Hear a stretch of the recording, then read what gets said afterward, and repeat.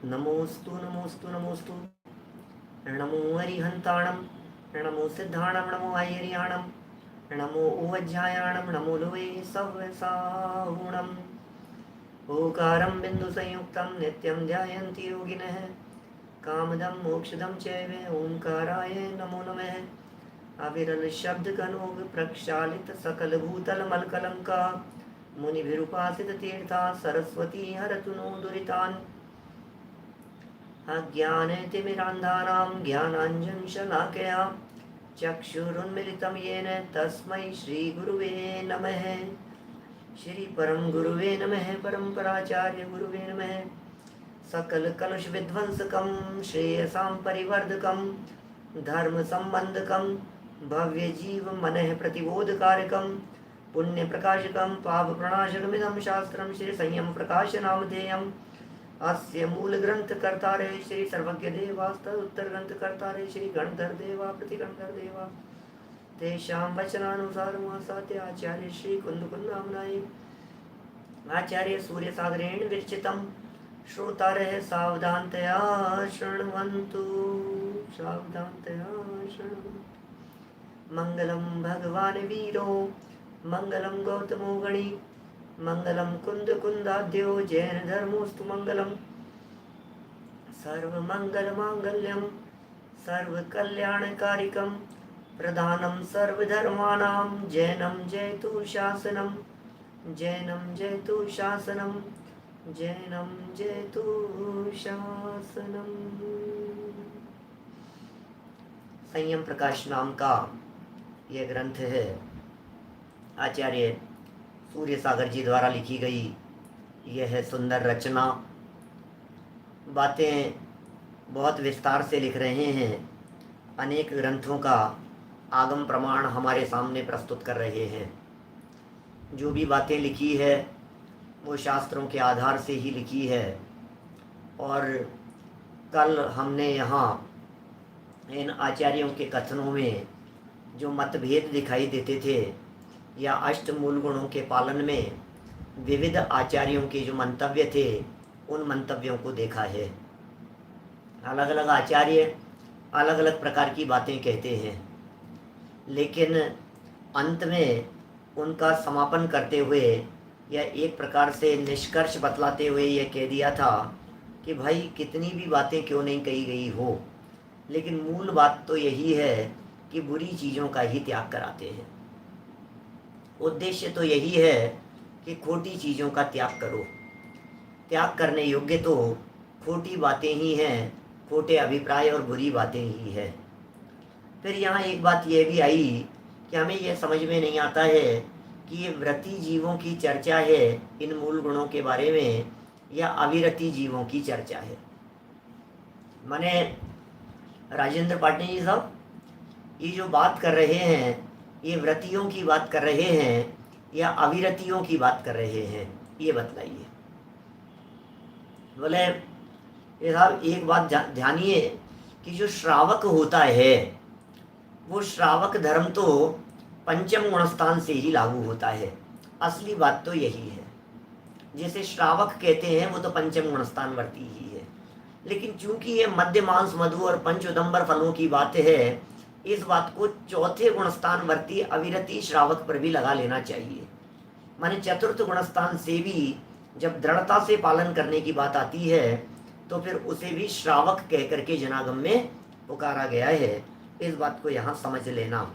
और फिर ये कहा कि भैया जनागम है, विविध अपेक्षाओं से चर्चाएं होती है, शास्त्र बहुत हैं और चरणानुयोग के शास्त्रों में सर्वत्र इसी प्रकार के कथन आए हैं। तो चरणानुयोग के शास्त्रों में कहीं कहीं तो सामान्य सदाचार का पालन करने के लिए भी इन पंच उदंबर फल और मध्य मांस मधु के त्याग की चर्चा की गई है। कहा भैया पंच उदंबर फलों का त्याग करो और 3 मकार का त्याग करो। मकार जब भी कहें तो समझ लेना मध्य मांस मधु की चर्चा है। फिर कहा कि चूंकि हम तो यहाँ जैन कुल में पैदा होने वाले व्यक्ति मात्र के लिए हम ऐसा करते हैं कि उसे ले जाते हैं 45 दिन बाद और जिन मंदिर में जाकर इन सब का त्याग करा देते हैं।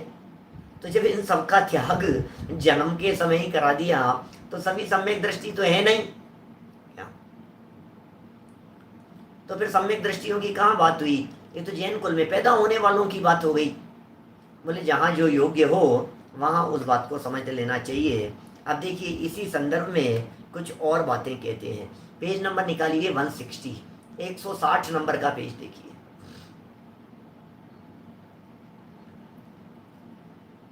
मध्यमांस मधु त्यागी त्यक्तोदुम्बर पंचक, नाम तह श्राव कह क्षांति नान्यथापि तथा गृही, निसर्गाद्वा कुलाम्नाया दायातास्ते गुणास्फुटं, तद्विदान व्रतं चावत् सम्यक्त्वं च तथांगिनाम्।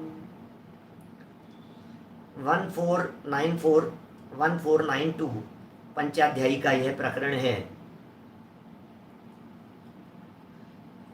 जिसने मध्य मांस और मधु के साथ उदुम्बर आदि 5 फलों को त्याग दिया है वही गृहस्थ श्रावक इस नाम से कहला सकता है।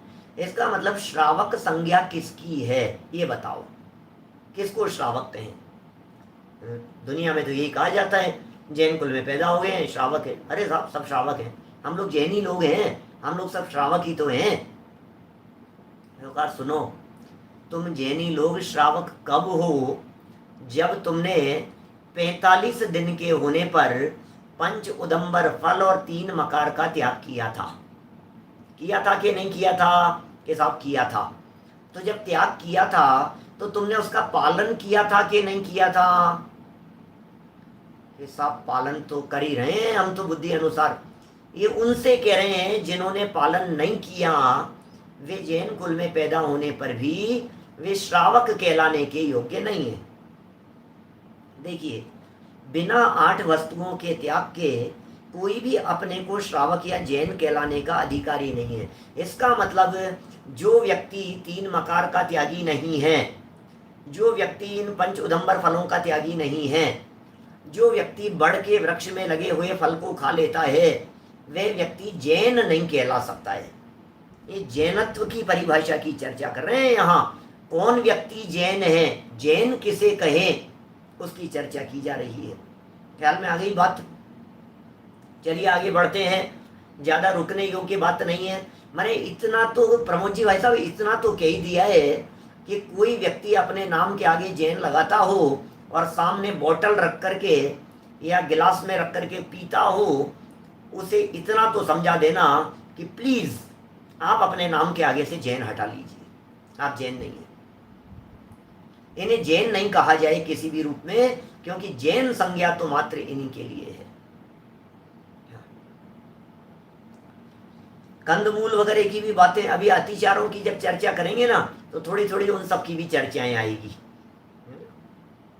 ये मद्यादि त्याग रूप 8 मूल गुणों का धारण किसी के तो इन मद्यादि में हिंसा अपवित्रता आदि दोषों के देखने से अपने आप स्वभाव से ही हो जाता है, और कितने ही पुरुषों को इनका त्याग कुल एवं वंश परंपरा की अपेक्षा से हो जाता है।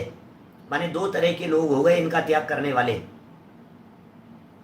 एक वे लोग हो गए जो लोग अरे बहुत अपवित्र है, इतनी चर्चाएं सुनी है, अरे छोड़ो छोड़ो साहब क्या। इन 8 गुणों को धारण किए बिना न तो किसी गृहस्थ के व्यवहार सम्यक दर्शन की प्राप्ति हो सकती है और न कोई गृहस्थ व्रती श्रावक बनने के योग्य ही हो सकता है। कुल मिलाकर के बात हो गई भाई साहब, कुछ लोग तो कुल परंपरा से मान रहे हैं और कुछ लोग अपवित्र जान करके त्याग कर रहे हैं। भले ही दोनों प्रकार से इनके त्याग किए जा रहे हो, लेकिन ये कह रहे हैं जब तक त्याग नहीं होगा तब तक वो श्रावक सम्यक दर्शन की प्राप्ति भी नहीं हो सकती, व्यवहार सम्यक दर्शन की प्राप्ति भी नहीं हो सकती, और वो व्रती श्रावक होने के योग्य भी नहीं हो सकता। क्या क्या कठोरता से बात कह रहे हैं, इतनी दृढ़ता से बात कह रहे हैं। भाई साहब सुनो, तिर्यंच गति के जीवों की बात अलग प्रकार की होती है, यहाँ तो मनुष्यों की चर्चा चल रही है। ये मत कहना कि शेर को मांस खाते खाते सम्यक दर्शन हो गया था। शेर को ही हो गया था पंडित जी, उसको ही मांस खाते खाते हो गया था। अरे नहीं भाई, शेर को हो गया था, तुम्हें वैसा सम्यक दर्शन चाहिए तो फिर तुम्हें शेर बनना पड़ेगा। बाकी सारे काम तो शेर तो कमाने के लिए भी नहीं जाता था, तुम कमाने के लिए क्यों जाते हो? बोलो। शेर ने तो विवाह भी नहीं किया था, तुमने क्यों किया? शेर तो पैसा इकट्ठा नहीं करता था, मकान नहीं बनवाया था शेर ने, तो फिर तुमने क्यों बनवाया? सोचो जरा। हम फटाफट बात कह देते हैं, सब उसने भी तो, सब वो भी तो ऐसा था, सब वो भी तो ऐसा था, सब शेर को जैसे हो गया था वैसे ही हमारे को भी हो जावे। अरे नहीं भाई, सुनो तो सही। शेर जैसा सम्यक दर्शन तो शेर को ही हो सकता है क्या? और यहां जिसकी चर्चा चल रही है, ये कह रहे हैं आपको इन चीजों का त्याग करना ही पड़ेगा और निरतिचार पालन करने की प्रेरणा भी आगे चल करके देंगे। तो ये कह रहे हैं कुछ लोग कुल वंश परंपरा से भी करते हैं, तो कोई बात नहीं, अच्छी बात है, जो लोग पालन करते हैं करना ही चाहिए, और कुछ अपवित्र जान करके इनका त्याग कर देते हैं। लेकिन इन मूल गुणों को धारण किए बिना न तो किसी गृहस्थ के व्यवहार सम्यक दर्शन की प्राप्ति, इसका मतलब व्यवहार सम्यक दर्शन भी नहीं है, निश्चय सम्यक दर्शन तो अभी भूल जाओ, अभी तो व्यवहार भी नहीं है, और न कोई गृहस्थ व्रती श्रावक बनने के योग्य हो सकता है। चलिए, यशस तिलक शंपु सोमदेव सूरी कह रहे हैं, मध्य मांस मधु त्यागा सहोदुम्बर पंचकई अष्टावेते गृहस्थानाम मुक्ता मूल गुणा श्रुते। मध्य मांस और मधु के त्याग रूप स्वामी समंत भद्र ने मूल गुणों को स्वीकार करते हैं, परंतु पंचाणु व्रतों को मूल गुण नहीं मानते। यहाँ सोमदेव स्वामी की बात कर रहे हैं, सोमदेव स्वामी पंचाणु व्रतों को नहीं मान रहे हैं, उनके स्थान में पंच उदंबर फलों के प्लक्ष नग्रोध पिप्पल आदि के त्याग रूप विधान करते हैं और लिखते हैं कि गृहस्थों के इस प्रकार 8 मूल गुण हुआ करते हैं। मैंने कल जो चर्चा चल रही थी विविध मत की, अलग अलग मतांतर की, वही बात यहाँ भी कह रहे हैं। देखिए, 2 मुख्य रीति से यहाँ शाखाएं खुल करके आ गई है, एक तो समंत भद्र जैसे आचार्यों की और दूसरे सोमदेव आचार्य जैसों की। 2 आचार्यों की अलग अलग परंपरा हो गई। एक आचार्य देव, समंत भद्राचार्य देव ऐसा कह रहे हैं कि भैया पंच अणुव्रतों को मूल गुण में शामिल किया है, पंच अणुव्रत होने चाहिए, बिना अणुव्रतों के ये जीव पंचम गुण स्थानवर्ती नहीं हो सकता, ये जीव श्रावक नहीं हो सकता, इसे श्रावक होने के लिए पंच अणुव्रतों का पालन करना पड़ेगा। और दूसरी परंपरा यह है, जिन्होंने थोड़ी शिथिलता की बात कही, जिन्होंने कहा अणुव्रत छोड़ो कोई बात नहीं, आप तो पंच उदंबर फलों का त्याग कर लो, इतना सा मात्र। देखिए, कह रहे हैं देवसेनाचार्य क्या कह रहे हैं, महुमज मंस विरई चाओ पुण उम्बराण पंचन्नहम अट्टे दे मूल गुणा हवंति फुड़ू देश विरयम्मी। ऊपर के श्लोकों के अर्थ में तथा इसमें कुछ फेरफार नहीं है, अतः इसका अर्थ भी ऊपर के अनुसार समझ लेवें। बात खत्म हो गई, ज्यादा चर्चा नहीं करनी है। पुरुषार्थ सिद्धि उपाय 61 नंबर और 74 नंबर 2 श्लोक यहाँ प्रस्तुत कर रहे हैं। हम पूर्व में पढ़ चुके हैं पुरुषार्थ सिद्धि उपाय पढ़ाते समय, अभी देखिए वापस क्या कहते हैं। मध्यम मांसम शौद्रम पंचोदुम्बर फलानि यत्नेन हिंसा व्युपनत कामैर मुक्तव्यानि प्रथममेव अष्टावनिष्ठ दुस्तर दुरितायतनान्यमूनि परिवर्ज्य जिन धर्म देश नाया भवन्ति पात्राणि शोधधियः। श्रीमान अमृत चंद्राचार्य सूरी भी इसी मत के पोषक हैं। देखो क्या कह रहे हैं अमृत चंद्राचार्य देव। अब समंत भद्र अमृत चंद्राचार्य जैसों के शिष्य हैं अपन लोग। तो क्या कह रहे हैं वे, उन्होंने अपने ग्रंथ में अहिंसा व्रत का वर्णन करते हुए इसका वर्णन किया है। हिंसा के त्याग की इच्छा रखने वालों को प्रथम ही इन मद्य मांसादि को छोड़ देना चाहिए। इन 8 पापों को त्याग कर ही शुद्ध बुद्धि वाले पुरुष जिन धर्म की देशना के पात्र होते हैं, सारा धर्म कर्म बेकार है, शराबियों को उपदेश मत देना, मांस भक्षण वालों को उपदेश मत देना, यस तस्य देशना नास्ति। देखिए 74 नंबर का जो श्लोक है उसकी सेकंड लाइन संस्कृत में देखिए जरा क्या कह रहे हैं। जिन धर्म देशनाया भवंती पात्राणी शुद्ध दिए, जिन धर्म देशनाया, जिन धर्म की देशना के लिए भवंती पात्राणी, कौन पात्र हैं? बोले ये पात्र हैं जिन्होंने इनका त्याग किया है, अदरवाइज वो धर्म सुनने के योग्य नहीं है।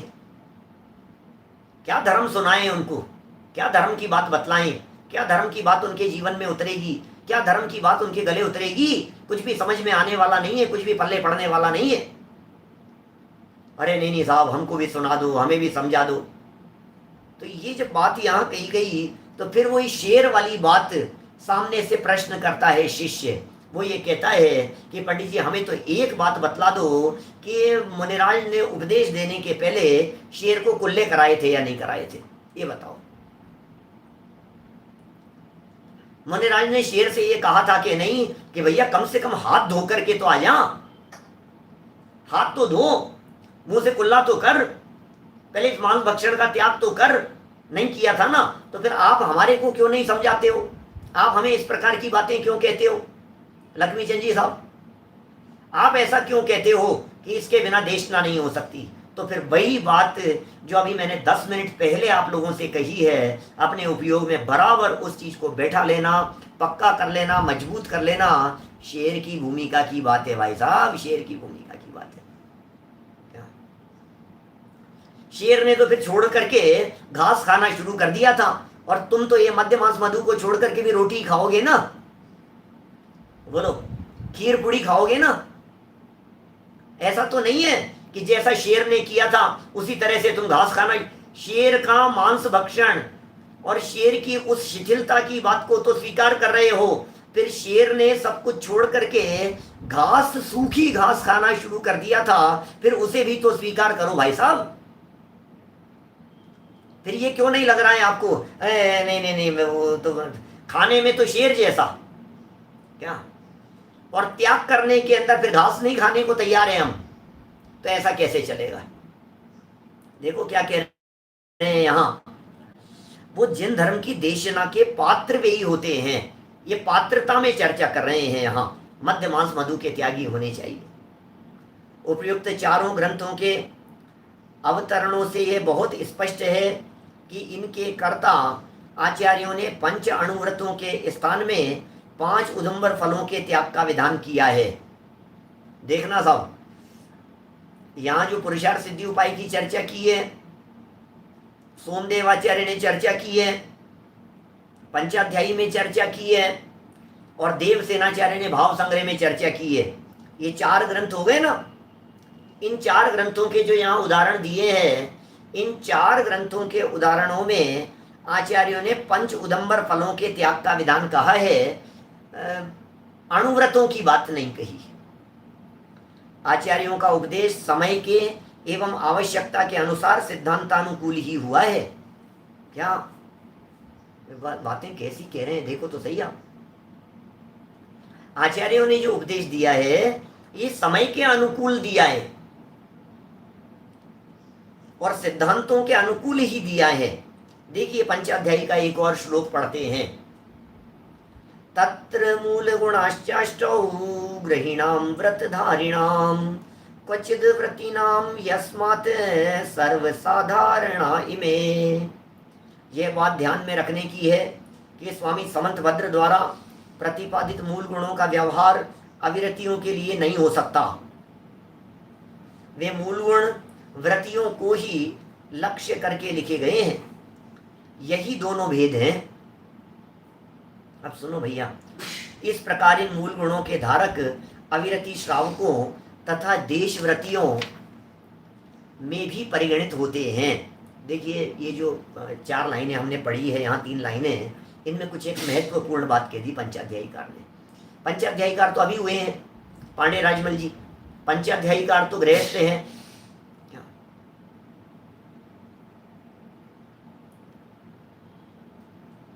देखिए क्या कह रहे हैं यहाँ, माने पंचाध्यायीकार जो पांडे राजमल जी हैं, जो अभी हुए हैं, लगभग 400 साल पहले हुए हैं, ये पांडे राजमल जी साहब ये कह रहे हैं पंचाध्यायी में कि समंत भद्राचार्य देव ने जो मूल गुण बतलाए थे, जो अणुव्रतों वाली जो बात कही थी, वे अणुव्रतियों के लिए, वे अविरतियों के लिए नहीं हो सकते उसका व्यवहार।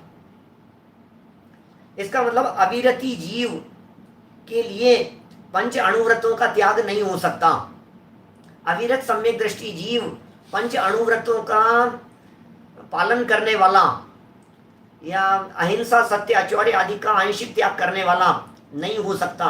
इसका मतलब वो जो व्रत लिए हैं वे व्रत मिथ्या दृष्टि के नहीं हो सकते। ये बात यहां से निकल करके आ रही है, ये कहना चाह रहे हैं।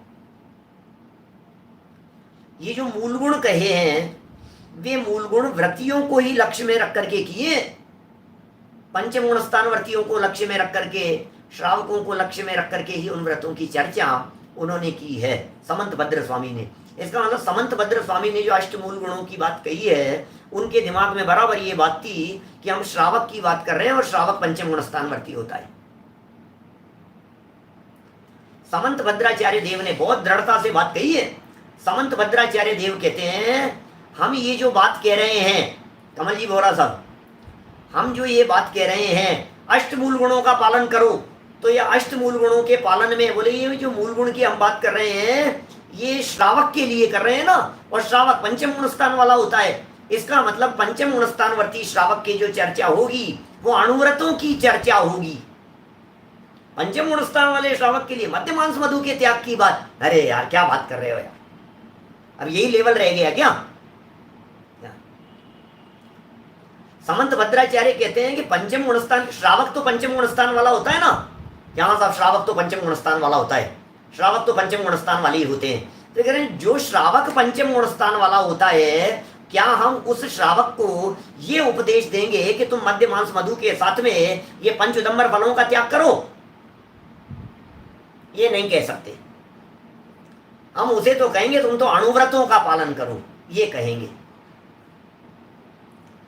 देखिए तो फिर साहब इनकी चर्चा दूसरे आचार्यों ने की है, उनका क्या होगा? बोले मतभेद नहीं है, ये नीचे भूमिका वालों के लिए कही है।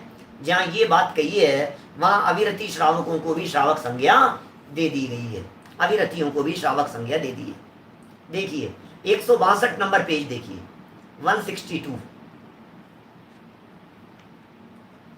आचार्य सोमदेव ने जो यशस तिलक में उन्हें स्पष्ट रूप से देशयति लिखा है, तो भी वास्तव में उन्हें नाम के ही श्रावक अर्थात श्रावक सामान्य तथा देशव्रती समझना चाहिए। देशयति शब्द लिखा है ना, देशव्रती शब्द लिख दिया साहब सोमदेव सूरी ने, तो उसका अर्थ नाम के श्रावक समझना चाहिए। पंचाध्यायी के श्लोक नंबर 726 से तो प्रकट होता है कि असली श्रावक तो वही है जो 5 अणुव्रतों को धारण करते हैं। असली श्रावक तो वही है। लो माने असली श्रावक कौन है? अणुव्रती ही असली श्रावक है, ये बात हुई यहां। अविरति को क्या श्रावक कहें, और ये जो पंचउदंबर फलादिक का मोटा मोटा त्याग कर दिया उसको क्या श्रावक कहें? तो जो अणुव्रती होगा, जो पंचम गुण स्थानवर्ती होगा, वही वास्तव में असली श्रावक है। माने गंभीर बात है, अजमेरा जी साहब बिल्कुल सही बात कह रहे हैं कि यहाँ श्रावक संज्ञा जो है ये मिथ्या दृष्टि को लाइसेंस नहीं दे रहे हैं, ये समझ लीजिए आप। घुमा फिरा करके बात उसी जगह पर ले जा रहे हैं कि भैया हम तो जो श्रावक कहेंगे वो अणुव्रतियों को कहेंगे। अब तुम काहे के श्रावक हो? तुम अणुव्रत लो, 2 कषाय चौकड़ी का अभाव हो, अंदर में शुद्ध परिणति हो, तो तुम्हें श्रावक कहते हुए हमारी जबान खुलेगी। जो 5 अणुव्रतों को धारण करते हैं, है ना, इसकी पुष्टि के लिए एक शिवकोटि नाम के आचार्य हुए हैं। समझना, शिवकोटि नाम के आचार्य, नाम सुना होगा आपने। ये शिवकोटि आचार्य वो हुए हैं जो पहले शिवलिंग शिव शैव मत को मानने वाले थे, और फिर बाद में इन्होंने करोड़ लोगों को जैन मत में अंगीकार कराने की भावना भाई थी, और जगह जगह घूम घूम कर लोगों को जैन बनाया था इन्होंने, ये ऐसे शिवकोटि आचार्य। उन्होंने रत्नमाला नाम के ग्रंथ में लिखा है कि जिसमें क्या लिख रहे हैं वे रत्नमाला नाम के ग्रंथ में, कि जिसमें पंच अणुव्रत सहित मध्य मांस और मधु के त्याग को ही अष्टमूल गुण माना है। क्या किसको माना है उन्होंने मूल गुण? मध्य मांस मधु के त्याग और पंच अणुव्रतों को ही उन्होंने मूल गुण माना है, अष्टमूल गुण। और साथ ही में यह भी बतलाया है कि पंच उदंबर वाले जो अष्टमूल गुण हैं वे अनभिज्ञ बालकों के लिए अथवा कमजोरों के वास्ते हैं। अब इससे ज्यादा स्पष्ट शब्दों में और क्या कहेंगे भाई साहब? इससे ज्यादा और स्पष्ट शब्द में क्या बात कही जाए बताइए? कितना कितना स्पष्ट शब्दों में ये आचार्य देव बात करना चाह रहे हैं। अणुव्रतों की चर्चा, 5 अणुव्रतों को शामिल करके जो समंत भद्राचार्य देव ने जो मूल गुण बतलाए हैं, सच में तो वे ही अष्टमूल गुण हैं। और ये जो बातें कही गई है पंचउदंबर फलों वाली, और ये जो बातें कही है ये तो बालकों के लिए कही गई है, अनभिज्ञ बालकों के लिए कही गई है। ये तो उनके लिए कही है जो जैन कुल में पैदा हो गए हैं। समझ में आ रही है बात? क्योंकि हमने तो 45वें दिन करवा दिए थे ये तो सब पालन की बात। जब हमने ये सारी पालन की बात 45वें दिन ही कर दी थी तो फिर बात ही खत्म हो गई है यहाँ तो। देखिए अभी पूरा करेंगे, कल अपन अतिचारों की चर्चा करेंगे। मतलब कल से थोड़ा सा टॉपिक अतिचार के रूप में थोड़ा सा बदलेगा। विषय तो इसी तरह का है लेकिन थोड़ा सा में उसमें परिवर्तन जैसा आएगा, क्योंकि उसमें और कई चीजों की चर्चा करेंगे। इस शास्त्रोक्त स्पष्टीकरण से यह निश्चय तो हो ही गया है कि पंचाणु व्रत के धारण कराने वाले मूल गुण तो प्रतिमाधारी श्रावकों के लिए हैं, और पंचाणु व्रत के स्थान में 5 उदुम्बर आदि फलों के त्याग रूप 8 मूल गुण पाक्षिक श्रावक अथवा जो जैन कुल में जन्म लेने वाले स्त्री पुरुष हैं उन सब के लिए है। स्पष्ट हो गई यहाँ बात? माने मूल गुणों के अंदर जो मोटा फर्क मिला है वो मोटा फर्क यही है कि एक जगह पर पंच अणुव्रतों को मूल गुणों में कहा और दूसरी जगह पर पंचउदंबर फलों के त्याग को मूल गुण में कहा। ये मोटा फर्क है। और फिर आगे रात्रि भोजन त्याग वगैरह और वो सब जैसे जैसे देखी जगत में जीवों की पापियों की प्रवृत्ति, उसके अनुसार चरणानुयोग के ग्रंथों में उनका वर्णन आचार्य देव करते चले गए। तो एक हो गई व्रती श्रावक के लिए और दूसरी चर्चा हो गई जैन कुल में पैदा होने वालों के लिए। बातें बहुत सरल सरल है, कोई विशेष गहरी बातें नहीं है, इसलिए हम भी इतने इतने पेज आपके सामने पढ़ रहे हैं। ग्रंथ को शुरू किया है तो कम से कम आद्योपांत वाचन तो पूरा करना ही बनता है। वाचन तो करेंगे ही कम से कम। ऐसा नहीं है कि बीच के 2 पेज छोड़ दिए, ऐसा नहीं है कि 4 पेज छोड़ करके आगे बढ़ गए, ऐसा नहीं करना, कभी भी नहीं करना ऐसा। शास्त्र पढ़ने की तो पद्धति यही है। हाँ, फास्ट पढ़ लो, आपको यदि वो बहुत सरल लग रहा है विषय तो यही हो सकता है। देखिए इनमें से अणुव्रत सहित मूल गुणों को उत्कृष्ट रूप से और जगन्य की अपेक्षा से पंचउदंबर सहित मध्य मांस मधु के त्याग रूप मूल गुणों को माने जावे तो कोई आपत्ति नहीं है।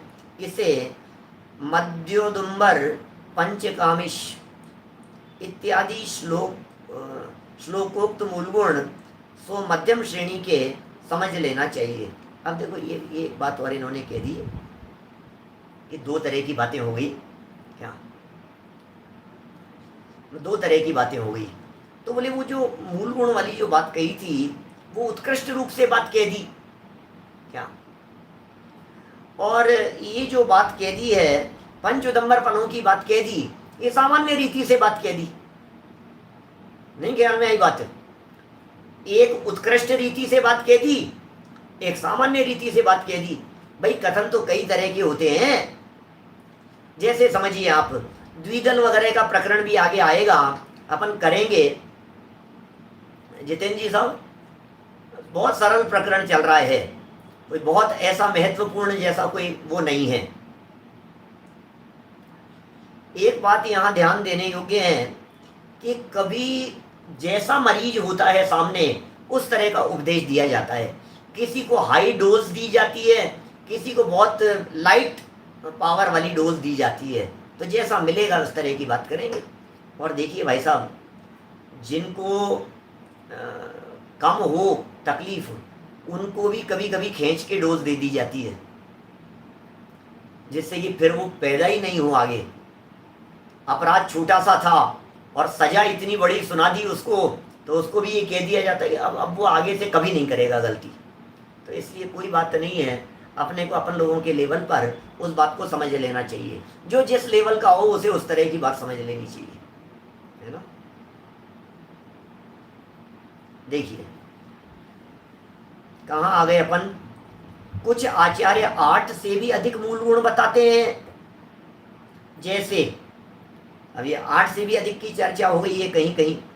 मध्य मांस मधु रात्रि भोजन क्षीर वृक्ष फल वर्जनम त्रिधा कुर्वते व्रत जिघ्रक्षया बुधास्तत्र पुष्यति निषेवित व्रतम।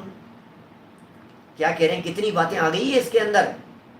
अभी इन्होंने पूरे को विस्तार से तो नहीं लिखा है, लेकिन मध्य मांस मधु के साथ साथ रात्रि भोजन की चर्चा कर ली। क्षीर वृक्ष फल जो थे, जिन वृक्षों में से दूध निकलता है, उन वृक्षों के फलों को भी इन्होंने खाना वर्जित कह दिया है। इस तरह की बातें कही है। नीचे पढ़ रहा हूं, देखना इसका अनुवाद।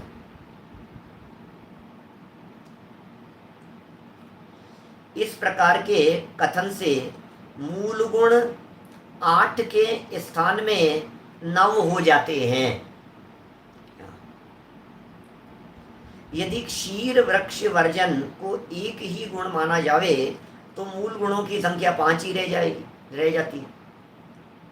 क्योंकि वो सब जो थे ना उदुम्बर फल, उनमें जो थे वो दूध वाले जो वृक्ष थे, उनको सबको एक ही मान लिया जाएगा और इसको जोड़ करके फिर 5 ही रह जाएगी।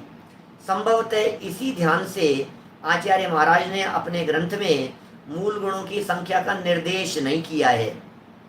केवल इतना ही लिख दिया है कि आदा वेते स्फुट में है गुणाः निर्मला धारणीया, अर्थात सबसे प्रथम ये निर्मल गुण धारण करने चाहिए।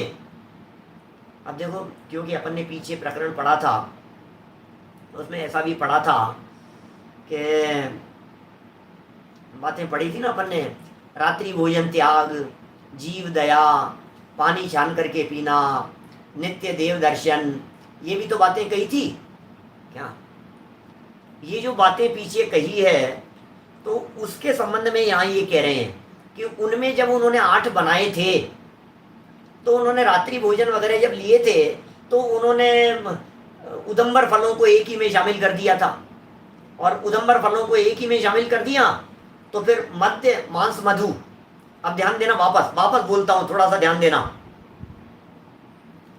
मध्य मांस मधु और 5 उदंबर फल, 1 नंबर दे दिया यहां। और फिर कह दिया रात्रि भोजन त्याग, जीव दया, पानी छान करके पीना, नित्य देव दर्शन। इस तरह से 8 हो गए। अब ये कह रहे हैं जो ये 8 किए ना, ये 8 नहीं है एक्चुअल में, ये 8 की जगह 12 हो जाएंगे। मतलब संख्याएं बढ़ जाएगी इसमें।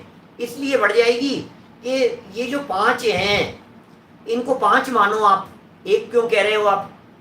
और यदि मध्य मांस मधु को 1 ही कर दिया जाए और इनको 5 मान लिया जाए, उदंबर आदि को 3 मकार को 1 कह दिया, मकार 1 शब्द दे दिया, और 5 उदंबर फलों को 5 कह दिया, तो 5 और 1 6 हो गए। और फिर आगे जो रात्रि भोजन त्याग वगैरह कह दिए तो संख्या 9 हो जाएगी। तो आचार्य देव यहाँ क्या कह रहे हैं, ये इन्होंने कहा कि यार संख्या के झमेले में मत पड़ो, हम संख्या की चर्चा नहीं कर रहे हैं। हम तो एक बात यहाँ कह रहे हैं कि आप तो ये जो मुख्य गुण कहे हैं, सर्वप्रथम धारण करने योग्य निर्मल गुण हैं ये तो। क्या जिन गुणों की चर्चा की है ये सारे गुण निर्मल हैं और धारण करने चाहिए। अपने जीवन में इनका पालन करो तुम तो। यहाँ पर जो रात्रि भोजन नाम का गुण माना है, उसके लिए आचार्यों के बहुत कुछ मतभेद हैं, बहुत सारे मतभेद कह दिए, जिसका कुछ दिग्दर्शन आगे रात्रि भोजन के कथन में बताया जाएगा। अभी तो आएगी, खिंचाई करेंगे। अभी तो आप ये मध्य मांस मधु का त्याग करके, उदंबर फलों का त्याग करके अपने आप को महान श्रेष्ठ समझ रहे हैं। ये आचार्य देव ये कह रहे हैं, भाई साहब सुनो, अभी अभी आगे चल करके जब हम एक एक प्रकरण को खोलेंगे ना, तो तुम्हें समझ में आएगी कि श्रावक कौन होते हैं, किस तरह से श्रावकाचार्य श्रावक के योग्य आचरण की बात कर रहे हैं। संभव जी 3 सकार भी ले सकते हैं, शराब, सिनेमा, सिगरेट, इनका भी होना चाहिए त्याग। हमने कही थी एक दिन चर्चा। अब सिनेमा उसमें सबसे ज़्यादा खतरनाक है। शराब और सिगरेट का त्याग तो आसानी से हो जाता है, सिनेमा का त्याग तो फिर आप इतना कर सकते हैं। यदि आप त्याग करते हैं तो बहुत ही अच्छी बात है। फिर आप कहेंगे पंडित जी फिर आपका पारस टीवी चैनल पर प्रवचन कैसे सुनेंगे? मत सुनना। किसने कहा आपको सुनने के लिए? जो व्यक्ति टीवी का त्याग कर दिया है वो मत सुनो, उसमें क्या हो गया? उसका कोई आग्रह थोड़ी नहीं है, मोबाइल पर सुन लेना। क्या यहाँ सिनेमा का मतलब टीवी भी ले सकते हैं, सिनेमा का मतलब पिक्चर हॉल भी किया जा सकता है। तो शराब, सिनेमा, सिगरेट का जो बात है उसमें ये भी कह सकते हैं। प्रमोद जी भाई साहब ये देखो, ये ऊपर हमारे जो भाई साहब हैं इन्होंने बात कह दी और ये स्पष्ट हो गई, ये बात आपके लिए छूट दे दी एक प्रकार से। ये साहब सिनेमा हॉल का त्याग कर दिया, घर का नहीं। जिग्नेश भाई घर का नहीं किया त्याग, सिनेमा हॉल जाकर के देखने का त्याग कर दे। बहुत सारे लोग ऐसे भी भाई साहब, वो भी बड़ी चीज होती है, ऐसी बात नहीं है क्या? और जिन लोगों ने मोबाइल का भी त्याग कर दिया हो और कर रहे हो, वे आप जयपुर आ सकते हैं सुनने के लिए, हमें कोई दिक्कत नहीं है। स्वागत है आपका, जयपुर पधारिए। चलिए, तो रात्रि भोजन का जब दिग्दर्शन की बात करेंगे तब और बात करेंगे। देखिए यहाँ पर इतना ही बता देना पर्याप्त है कि एक आचार्य का मंतव्य दूसरे आचार्य से भिन्न है। बस कुल मिलाकर के समझ लो साहब, आचार्यों का मंतव्य है हमारे लिए सभी आचार्य सम्माननीय है, सभी आचार्य पूजनीय है, किसी भी आचार्य को कम मत समझना। देखो, मध्य मल मधु निशासन पंच फली विरत पंच फल काप्तनुति जीवक्ष्या जल गालनमिति च क्वचिद अष्टमूल गुणः। ये सागर धर्मामृत में ये और बात कह रहे हैं।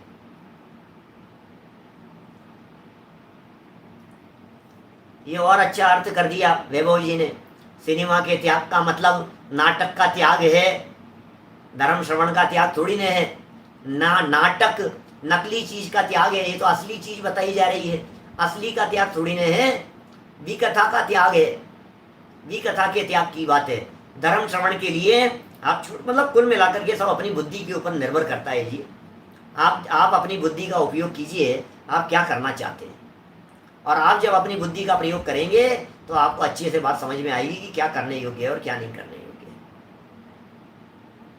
अर्थ देखिए, मध्य पहले नंबर, मांस 2 नंबर पे, मधु 3 नंबर पे, रात्रि भोजन त्याग 4 नंबर पे, पंचोदंबर फलों का त्याग, पंच परमेष्ठी की स्तुति, पंचोदंबर फलों का त्याग ये है 5वां नंबर, और पंच परमेष्ठी की स्तुति ये है 6ठा नंबर। बीच में नंबर डालना रह गया है। जीवों की दया पालन ये 7वां नंबर, और पानी छानकर पीना ये 8वां नंबर। ये 8 मूल गुण कहीं पर भी कहे हैं। मैंने सागर धर्मामृत में आशाधर जी कह रहे हैं, इस प्रकार से भी मूल गुणों की चर्चा है। ये आशाधर जी का अभिमत है।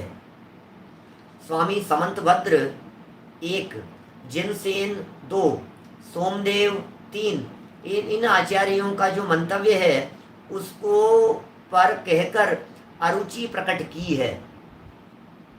माने बात ये कह रहे हैं भाई साहब, हम तो शास्त्र पढ़ रहे हैं, हम 8 मूल गुण अब जो पाठमाला के अंदर बच्चों को याद करा दिए वो उन्होंने याद कर लिए। ये कह रहे हैं आपने जो याद किए हैं कहीं शास्त्र में दूसरे पढ़ने को मिले तो आप कंफ्यूज मत हो जाना। दूसरे मिल रहे हैं तो दूसरों को स्वीकार कर लेना। इसमें क्या हो गया भाई? दूसरे कहे हैं तो दूसरों को स्वीकार कर लो, जो जैसा कहा है उसे स्वीकार करो। आगे श्वेतांबर आचार्यों के शासन भेद को दिखाते हैं। माने ये कह रहे हैं उनके यहाँ भी इस तरह का कथन मिलता है, उसकी चर्चा यहाँ कर रहे हैं। माने शासन मतलब श्वेतांबर शासन में भी इस प्रकार की बात कही गई है। हेमचंद्राचार्य कृत योग सार का यह कथन है। हेमचंद्र स्वामी ने भी एक योग सार ग्रंथ लिखा है। ये 11वीं शताब्दी के बहुत प्रकांड न्याय शास्त्र के ज्ञाता विद्वान हुए हैं, आचार्य हेमचंद्र जी के स्वामी के नाम से। बहुत समर्थ आचार्य हैं, श्वेतांबर आचार्य हैं, न्याय शास्त्र के प्रकांड विद्वान आचार्य हैं। और इनका जो व्याकरण, इनका जो साहित्य है, ये अपने आप में बहुत तर्क की कसौटी पर लिखा गया उत्कृष्ट साहित्य है। ऐसे ही एक दूसरे आचार्य और हुए हैं श्वेतांबर परंपरा में ही, जिनका नाम हरिभद्र आचार्य है। ये हेमचंद्राचार्य हैं, एक हरिभद्र आचार्य हैं। दोनों को सच में न्याय शास्त्रों में बहुत सम्माननीय स्थान प्राप्त है, ठीक है ना। अब सम्मान की दृष्टि से उन्हें देखा जाता है। काम उनका जो है वो बड़ा उत्कृष्ट कार्य है।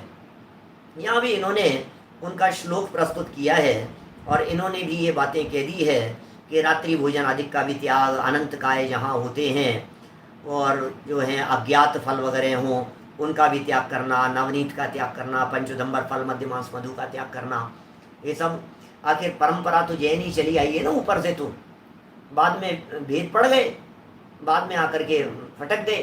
क्या प्राकृत का व्याकरण भी लिखा है इन्होंने, हेमचंद्राचार्य का। किस नाम से है देखो, हेमचंद्र के नाम से ही है। और देखिए क्या कह रहे हैं, मध्य मांसादि के त्याग रूप उक्त मूल गुणों का प्रायः सारा कथन भोगोपभोग परिमाण नामक गुणव्रत से में किया गया है। माने जब भोगोपभोग के परिमाण की बात होगी ना, वहां अलग तरह से उन सबका प्रकरण दिया है। परंतु विशेष रूप से उनके यहाँ दिगंबराचार्यों जैसा कथन नहीं मिलता है। हमने यहाँ हेमचंद्राचार्य को याद किया, हमने यहाँ हेमचंद्राचार्य का कोटेशन दिया है, फिर भी विशेष रूप से उनके यहाँ इतनी चर्चाएं, इतनी विस्तृत मिलती नहीं हैं, है ना। मैंने भी अपनी कालचक्र नामक पुस्तक में एक हरिभद्राचार्य का वो दिया है, षड दर्शन समुच्चय का कोटेशन दिया है। शब्दानुशासन है इनका। देखिए इस प्रकार पूरा कर रहे हैं सब अष्टमूल गुणों का प्रकरण पूरा हो रहा है।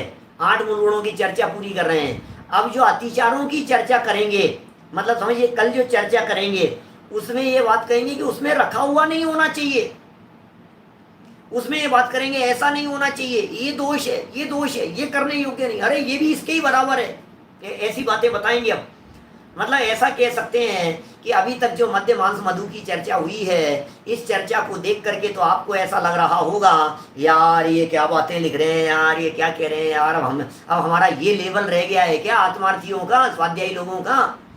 अब हम ये चर्चा करेंगे क्या कि मांस मत खाओ, शराब मत पियो। अब गोदा जी यही पढ़ाएंगे हमारे को कि शराब मत पियो और मांस मत खाओ, अब यही बताना बाकी रह गया है। अरे नहीं भाई, तुम चिंता मत करो, आगे चल करके हम तुम्हें ऐसी बातें बताएंगे कि तुम तो ये समझ रहे हो कि हम मांस भक्षण नहीं करते हैं, लेकिन वस्तु स्थिति ये है कि मांसाहारी हो। ये कह रहे हैं, ये ऐसी चोट डालेंगे आगे मतलब कल के विषय में। आज पूरा हो गया ये विषय यहाँ पर। इस प्रकार श्रावक के मूल गुणों का वर्णन किया, परंतु सब आचार्यों का मंतव्य एक सा नहीं मिलता।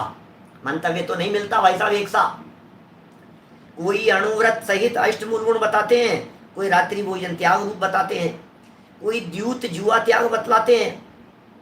मतलब कितने तरह की बातें पढ़ी अपन ने मूल गुणों में। सचिन जी, इतनी बातें हम नहीं पढ़ पाते। मूल गुणों के अंदर सच में हम जुआ त्याग की बात, कहीं विस्की त्याग, कहीं रात्रि भोजन त्याग की बात, मूल गुणों की चर्चा में सच में हम इतनी बातें नहीं पढ़ पाते यार। इस प्रकार फेर फार सभी में है, परंतु अहिंसा की पूर्ति सबका उद्देश्य है। क्या जिस समय जिस गुण की आवश्यकता होती है वैसा ही मूल गुण वर्णन कर देते हैं। इसका मतलब समय प्रसंग के अनुसार। क्या अहिंसा के उद्देश्य में बाधा नहीं आने देते। अहिंसा है भाई साहब हमारा धर्म। तो अतः जो भी मूल गुण बताए हैं वे सब पूर्वाचार्यों के मंतव्य के अनुसार ही हैं। भाई साहब सब आचार्यों के मंतव्य अनुसार हैं, पुराने आचार्यों के अनुसार हैं। और आपको ये लगता हो कि हम तो इनके मान लेते हैं, हम इनके मान लेते हैं, भैया मानने योग्य तो सभी हैं, कोई आचार्य छोड़ने योग्य नहीं है। अतः यहाँ मूल गुणों का सामान्य रूप वर्णन किया है। अब आगे अष्टमूल गुणों के अतिचारों का वर्णन करते हैं। अब पंचदंबर फलों के अतिचार, फिर मध्य मांस आदि के अतिचार और मिथ्यात्व का भी वर्णन किया है। फिर आगे चल करके कल इस चर्चा को आगे बढ़ाएंगे। अभी की बात को हम यहीं विराम देते हैं। जनवाणी जावाणी के ज्ञान ते सूझे लोकालोक, सोवाणी मस्तक नमो सदा देत हूँ ढोक, सदा देत हूँ ढोक। 9 वर्णों का नमो।